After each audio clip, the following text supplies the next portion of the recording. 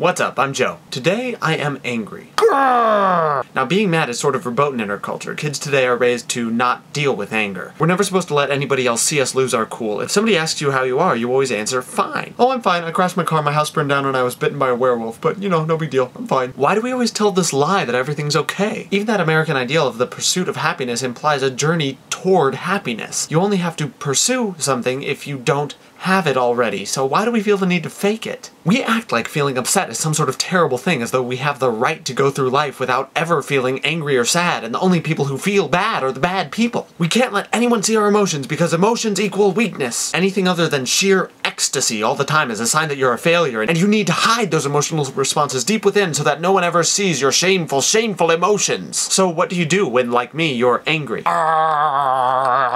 You've really only got three choices. You can fight it and try to maintain your poker face, or you can give in to your emotions like Anakin, or you can acknowledge your feelings and use them to try to discover something about yourself. A person's emotional responses convey who they are more reliably than anything else. If you want to know what makes someone tick, find out what ticks them off. It gives really powerful insight into what that person values, and if you pay attention to what ticks you off, you could discover something new about yourself. It's just difficult to read your emotions when you're in the moment because you're, well, emotional. But in order to be able to learn anything from your emotions, you have to acknowledge that your emotions are there. There's this whole half of the emotional pie chart that we try to ignore because we don't like to admit that we feel bad. But those bad feelings can offer us more insight into ourselves than the good ones. We need to stop looking at these so-called negative emotions as necessarily bad. It is okay to feel angry or sad or guilty or lycanthropic. In fact, it's just as okay to feel bad as it is to feel good, and in some cases it's even more appropriate. It's normal to feel bad when bad things happen because it shows what's important to you. For example, I've been without my computer for about a week now, and that's because it's been going back and forth to the repair shop. I've gotten it back twice to find out that not only did he not fix the problem that I paid him to fix, but he also added on a whole bunch of extra services that I didn't order. And the computer still doesn't work. Basically, he cheated me. Which is why today I am angry.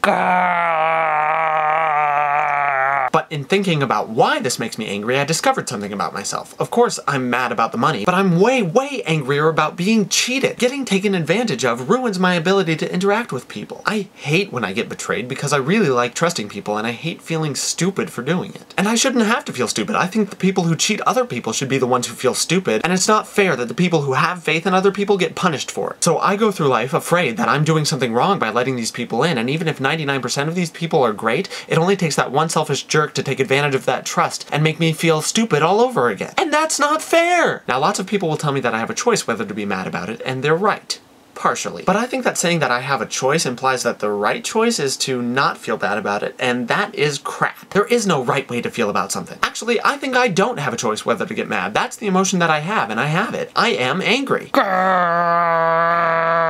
Pretending you don't feel angry when you do is just as silly as pretending that you don't feel pain while your hand is on the stove. It's just a feeling, and it's there so that your body can tell you, hello, something is wrong, move your freaking hand. These feelings are good information for me to have. So no, I don't have a choice whether or not I get angry. What I do have a choice about is whether or not I give into the emotion. And that's the really hard part, isn't it? It would be so easy for me to lash out at this guy, to abuse him by name on this channel, and get you to flame him into the ground, and it would satisfy my anger, but I'm not sure it would do any good. And frankly, I have more respect for myself and for you than to do that. Indulging your negative emotions is like peeing on yourself. It's warm at first, but then you have a mess to clean up afterwards. It is okay to be mad. It's not okay to be mean. I might not get to choose how I feel, but I do get to choose what to do about it. You don't need to pretend that you're anything you're not, including happy. Don't let anybody tell you how you should feel. Your emotions are the truest guide to who you are, and staying in touch with them is the best way to be true to yourself. But don't let them rule you either. Use them for what they are, which is information. Your emotions are your advisors, not your kings. A person's strength is measured first by how strongly he feels his emotions,